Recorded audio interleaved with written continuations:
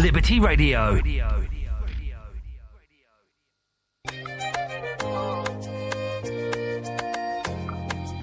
Are you paranoid or dealing with self-destructive behaviors such as sleep disorder, anger issues, drug and alcohol abuse? These are possible symptoms of post-traumatic stress disorder or other traumatic experiences. The General Ibrahim Attahiru Foundation presents Campaign Against Suffering in Silence, CASIS. CASIS provides professional mental health, psychosocial support and non-judgmental services to serving and retired military, paramilitary and their families. For more info, call 091 2795 0177. Again, 091 2795 0177. Along onto our website www.atahirufoundation.org. On Instagram is at Atahiru_Foundation. Twitter at GIA_Foundation. Facebook at Tahiru_Foundation. YouTube at Tahiru Foundation. The General Ibrahim Attahiru Foundation, promoting mental health and social well-being.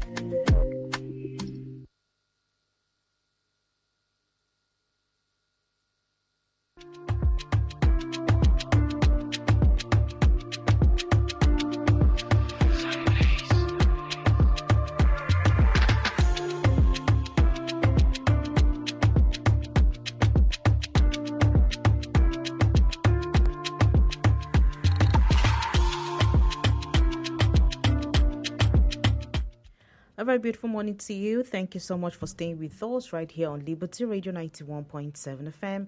My name is Rose Yusuf Kaiser, and you're welcome to the program CASIS, Campaign Against Suffering in Silence, brought to you by the General Ibrahim Attahiru Foundation. All right, so CASIS comes to you every Tuesday right here on Liberty Radio from 11 a.m. to about 11:30 a.m. Well, we got to get to discuss different aspects of mental health and try to see how we can give psychosocial support, especially to the military, paramilitary veterans, their wives, widows, dependents, and even you listening to me, and also those affected by war and violence. So you're welcome to CASIS, Campaign Against Suffering in Silence. All right, and this is brought to you, like I said earlier, from the General Ibrahim Attahiru Foundation, which is an independent and non-partisan foundation named after the late Chief of Army Staff of Nigeria, Lieutenant General Ibrahim Attahiru, who passed away on 21st of May 2021 while on active duty in the service of Nigeria. All right, so and we know that the priority focus of the General Ibrahim Attahiru Foundation is the mental health and psychosocial support to the military, paramilitary, veterans, their wives, widows, dependents, and also those who are affected by a war and, of course, violence. All right, so we're talking about Army here, we're talking about Air Force, we're talking about Navy, we're talking about police, we're talking about civil defense, fire service, Federal Road Safety Corps, customs, immigration, NDLEA, correctional service. We're talking about their wives, we're talking about their children also. We're also talking about even veterans of Nigerian Legion and you listening to me, of course. All right, so thank you so much for joining us on CASIS, Campaign Against Suffering in Silence. All right, so today on the discussion, like always, we'll definitely talking about, let me not say like always, because I think from last week, started talking about the elections. We just have a few days to the elections. So a lot of the discussions are definitely going to be surrounded around the elections that are coming up. So today we'll be talking about how to manage election stress. Now, last week we got to talk about significance of mental health in the upcoming elections. And of course, Dr. Issa was able to make us understand how significant, how important our mental health is towards the coming election. So today we're talking about how to manage election stress. We all agree that it comes to stress. Even from now, we're feeling the stress. It's like there's an aura that comes with it. So we're just in the middle of it. It's just surrounding us. So how do we manage that? How do we manage so many opinions? How do you manage so many, news updates? How do you manage so many different informations that will be coming to you? How do you put all of that together to see that, you get to make a good decision for yourself, for your family? Because at the end of the day, it's that decision that actually matters. All right, so yeah, I've been calling Dr. Isa. Dr. Isa is with us. Good morning, Dr. Isa Hamza. You're welcome to another beautiful Tuesday. How's your week been? Nice and restful. Okay, restful, yeah. That's a word I really don't get to hear enough from Dr. Isa, but hey, thank God I'm hearing it today, so we're moving forward. Certainly. All right, so you're very much welcome, Dr. Isa. So, Dr. Isa Hamza is with us, and he's a regular on this program, of course, where we get to discuss different aspects of mental health when we, especially on this program, talking about, our military personnel and all of that. So let's just get on straight to it, Dr. Isa. How do we manage the election stress? Elections comes with stress, both on our parts. Yeah. We that are going to do the whole exercise. Even those that are going to be elected, there's stress. Those that are going to be covering the election, stress. All the polling unit wards, all the people involved, our NYC people, those are actually going to help see that there's a smooth transition, of every movement, of everything, from all the materials, from those who are going to be conducting the elections, from those who are going to go ahead and exercise it's stressful on anybody. So that's why I think we've been talking about it for a year now, and now we just have a few days to go. So there's a lot of stress, surrounding these elections that are just a few days away. How do we manage the stress? Okay. Well, good morning. Thank you for having me once again. Understanding the concept of stress is very important as well. Yeah. If you are talking about how people tend to manage stress, you have to understand the stress itself. Now, stress, what actually leads to that stress is the twilight between your level of productivity, how much you can take, that is how much your brain can take, and the excessive Liberty Radio 91.7 FM, good FM. Along with that particular schedule you are indulged in. So looking at the stressful activities here, like in terms of the election, the campaigning, like those I'm going to start with them. Those that are into the various political parties, they go around the campaign day and night trying to make sure that their party wins the election, or they tend to make their own aspirant as the president or what have you, members and things like that. So the movement itself, it's quite stressful, and you're looking at lesser time or hours of sleep. Yeah. You're also looking at dealing a lot of mental. Dealing with a lot of activities that has to do with cognition, and it has to do with how you assimilate things, how you relate with one another, and things like that. And going to different communities who have different background and different orientation, different culture in some aspects. All of those stressful activities. Now, another thing here to the community here is that the jingle, talking about the election, the anticipation, the changing of one or two activities as a result of that particular election period. There are a lot of weddings that are being shifted because of this particular election, and there are a lot of things. People will have to reschedule their whole activities, their whole calendar, just because of this period of time. So it can also be stressful. Now, the third aspect, which is also very important, is that during the election, because it is important, because it is very sensitive, that is when some people, sometimes that's what we call burnout, psychological burnout. When a person gets a lot, when the brain cannot actually assimilate any longer, can no longer take the stress, now it's either the flight or flee reaction starts. That is when, if the person becomes a lot more stressful. Yeah. The person will start becoming agitated. Agitation will start setting in. And from agitation, you're talking about irritability.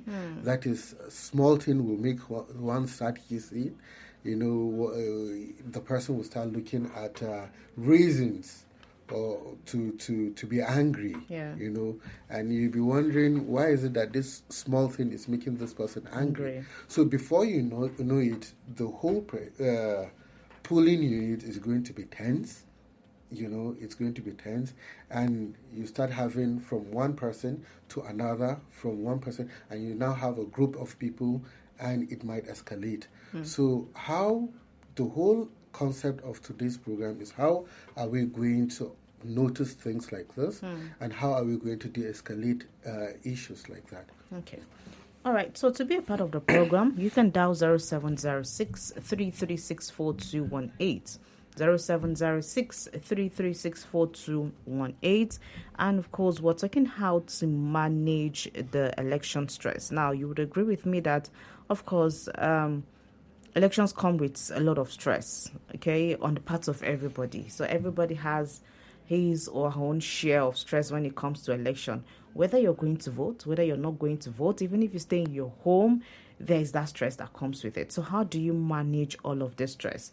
And of course, I'm with Dr. Isa Hamza with me as usual, and we're trying to, he has identified the kind of stress that we might face when it comes to elections. So let's look at now, out of these three important things that you have mentioned, there are different parties when it comes to elections. Yes. All right, there are those that will leave their homes to vote. There are those that will probably be doing the prayers at home because they can't vote because of one reason or the other. And then there are those who are there to actually monitor. There are those who are there to ensure that there's peace, there's stability, everything works out well.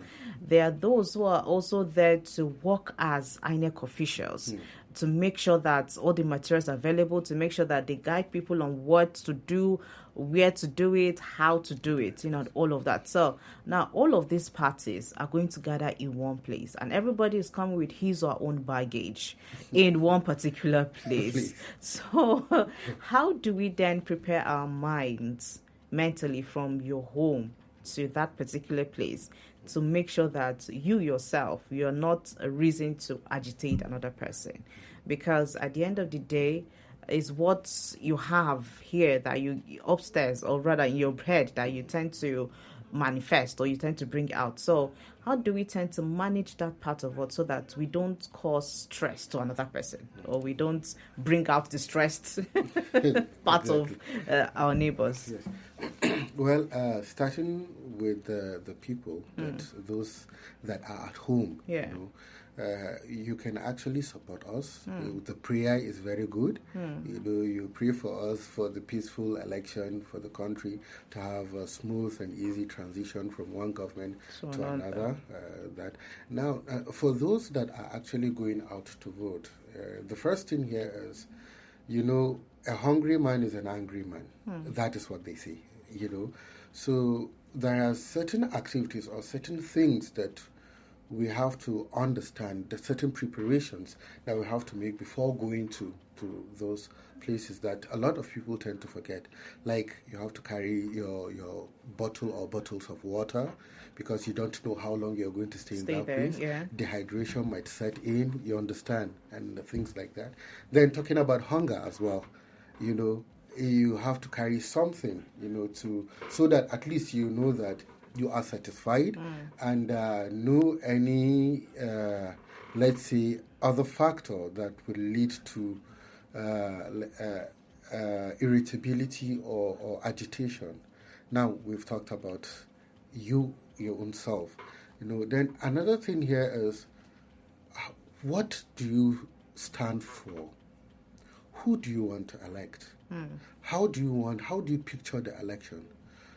You understand, it is very important. As I'm walking out of this house, I already know who I'm going to vote for, right? And I know how to cast the vote. If there are any changes in the process of casting the vote, then I should be able to know who to ask. And how am I going to coordinate myself there? Am I just going to go and sit with my friends and be gisting, laughing, chatting, sit at the side, things like that? Or I'm just going to go and say, I'm behind you and go and sit down, and at the end of the day, I'll have like 50 people in front of me. Then once it's time, I'll come back and I'll say I was there before them. Things like that has a way of creating a kind of,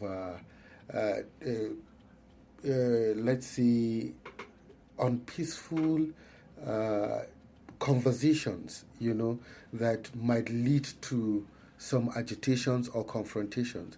These are the kind of things that we are actually looking at. Now, if you prepare your mind psychologically that, okay, I'm just going, I have my water, I have my food, whatever, I have a little, regardless of how little it is, cash on me. I'm going there, I have my umbrella. These are things that are going to keep your mind in check, because it's not going to give any other extraneous variable to come and destabilize you. You go there, you cast your vote. You're supposed to be in the queue. You are in the queue. You follow the procedure. You go, you cast your vote, and you come back. And the next thing is for you to rest. Or if there is a need for you to catch up with what is going on, you can go and watch the TV at home. If you feel there's the need for you to say, okay, I'm going to stay, I have to be there when they count the vote. Well, any other person that is going there to the polling unit is an adult. That is what is expected. And the way adulthood has to do with the way you conduct yourself and you behave yourself. How you project yourself, the kind of image you project yourself to the community. Then you can go and sit at the side and wait for the time that they're going to count the votes, which is very important. So conducting yourself since from home, getting prepared, taking what is necessary, what you need, so that you won't go and be moving around and things like that, and for you to be embarrassed with one or two security personnel is very, very important.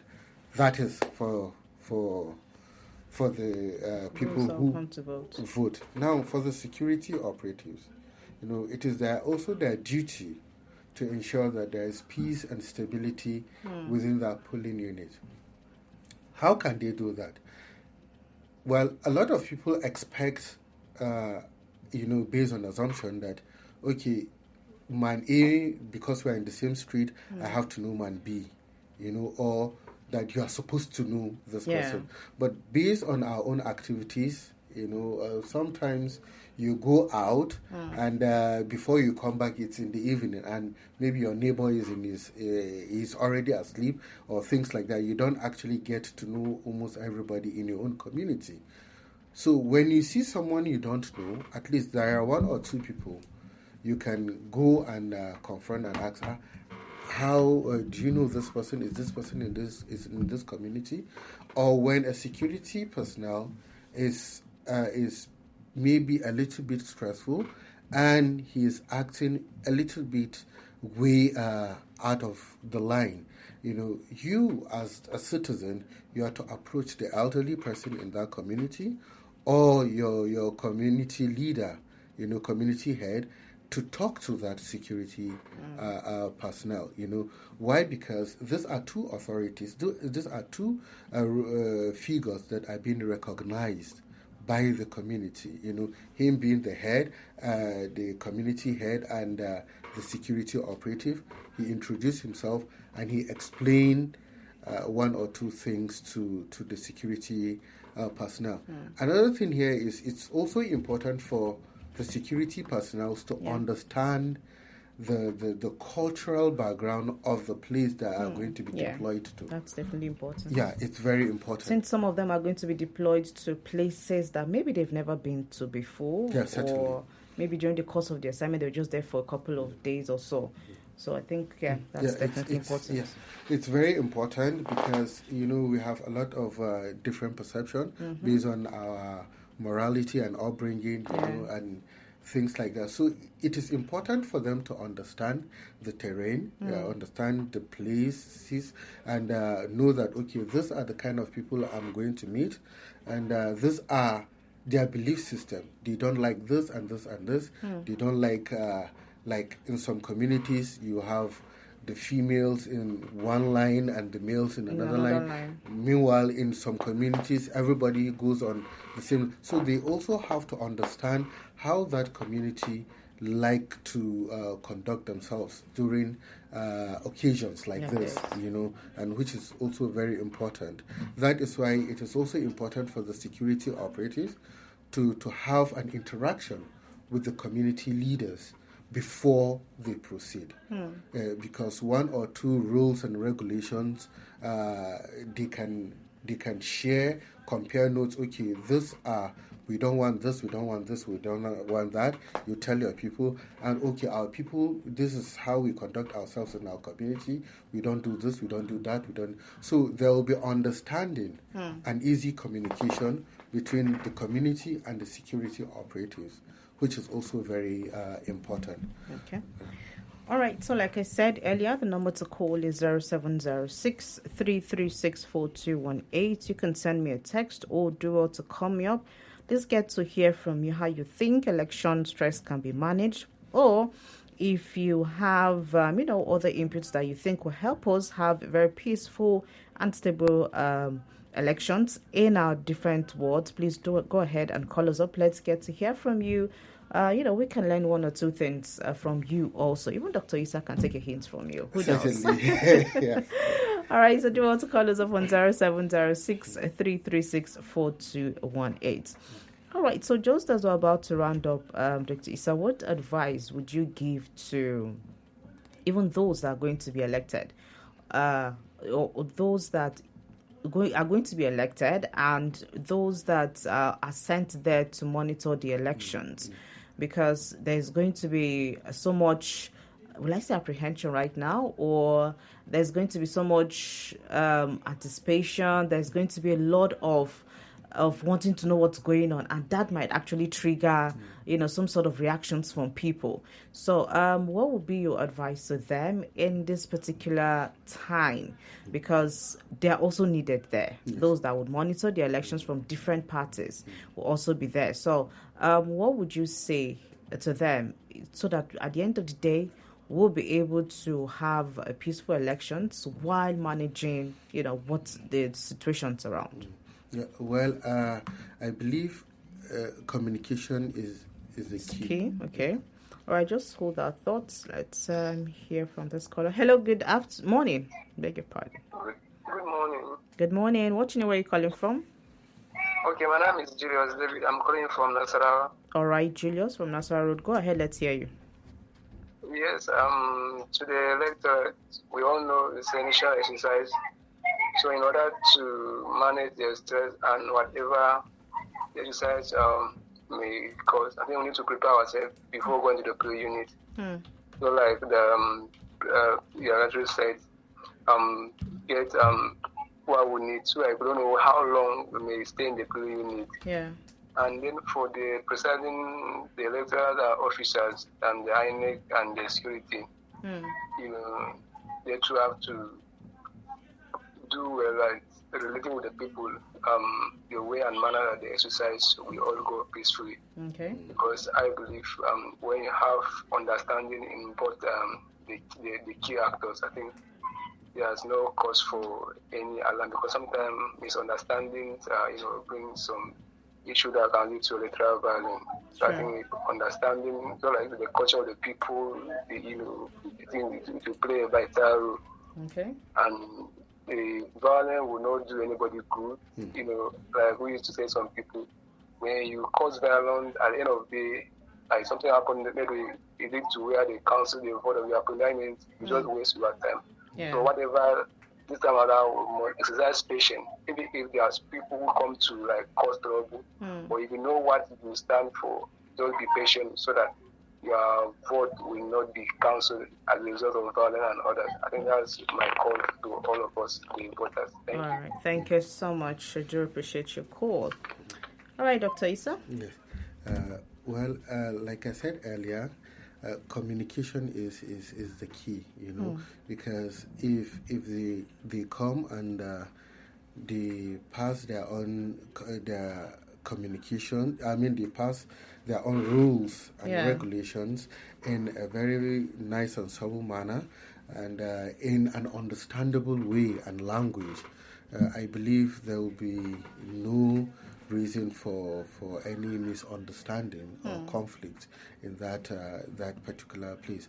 And another thing here is it is also important for them to understand, to deal, because most of the times, based on the report that you hear from previous elections, that the officials don't actually respect or acknowledge the people casting their votes as human beings, like they maltreat them or things like that, and which is something that I believe they also have to look into, because it's very important. At the end of the day, we are all humans. We are going to go back to our normal daily routine, but let's try as much as we can to live peacefully, vote for our candidates peacefully, and have a stress-free life.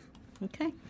All right, so I think this is where we'll draw the curtains for today. At the end of the day, we all want a very peaceful election. By Monday, everybody wants to go back to work. Everybody wants to go back to his or her businesses. So, it's all on us. It's still on us to make sure that we get to achieve that all together in peace. All right, so thank you so much, Dr. Issa, for helping us understand how we can manage our stress during these elections. All right, so that's it for CASIS for today. Join us again next week, Tuesday, from 11 to 11:30, where we get to discuss different aspects of mental health as regards military, paramilitary, and, of course, veterans and those dependent on them. To get more information on the Atahiru Foundation, Ibrahim Atahiru Foundation, you can go to the website www.atahirufoundation.org.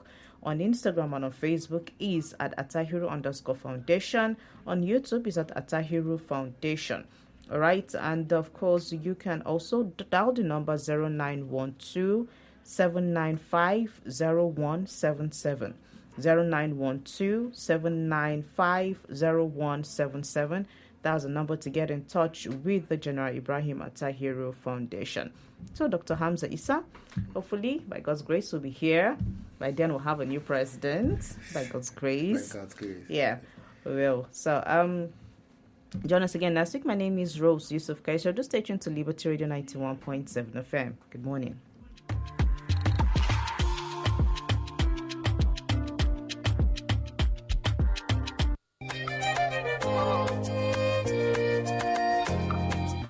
Are you paranoid or dealing with self-destructive behaviors such as sleep disorder, anger issues, drug and alcohol abuse? These are possible symptoms of post-traumatic stress disorder or other traumatic experiences. The General Ibrahim Atahiru Foundation presents Campaign Against Suffering in Silence, CASIS. CASIS provides professional mental health, psychosocial support and non-judgmental services to serving and retired military, paramilitary and their families. For more info, call 091 2795 0177. Again, 091 2795 0177. Along onto our website, www.atahirufoundation.org. On Instagram is at Atahiru_foundation. Twitter at GIA_foundation. Facebook at Tahiru_foundation. YouTube at Tahiru Foundation. The General Ibrahim Atahiru Foundation, promoting mental health and social well-being. Join us every Tuesdays, 11 to 11:30 in the morning, only on Liberty Radio 91.7 FM,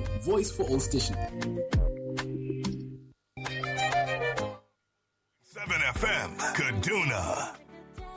When you've got what it takes, Cowbell evaporated milk gives your body what it needs. Ain't average, no. Happy Cowbell day, creamy goodness, so. Cowbell evaporated milk is delicious milk that is carefully formulated to retain its creaminess and great taste. So creamy, so good. Cowbell evaporated milk, so creamy, so good. It's time to enjoy fast and reliable internet connection for less. It's time to go big in the Airtel Home Broadband All-Time Mega Offer. It's time to take advantage in the Airtel Home Broadband All-Time Mega Offer. Get a MiFi with up to 125 gigabyte bonus data for just 5,000 naira, or a router with up to 240 gigabyte bonus data for just 10,000 naira. Visit any Airtel shop or www.airtel.com.ng/HBB now. Airtel, the smartphone network. When something correct, go show.